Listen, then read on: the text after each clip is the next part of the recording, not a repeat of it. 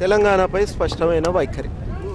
TDP వాళ్ళు కూడా మాకు కూడా తెలంగాణ అంటే వ్యతిరేకత లేదు, మమ్మల్ని అడ్డుకోవడం స్పష్టమైన వైఖరి చెప్పమని అడుగుతాం.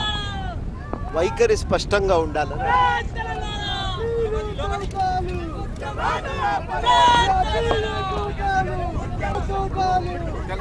తెలంగాణ టీడీపీ వాళ్ళు మేము కూడా తెలంగాణ వాదులమే, మా నేతను అందుకోవడంలో అర్థం ఏముండదని చెప్పారు. దీనివల్ల ఇప్పుడు తెలంగాణ వాదంలో స్ప్లిట్స్ వచ్చినట్ల కాదా?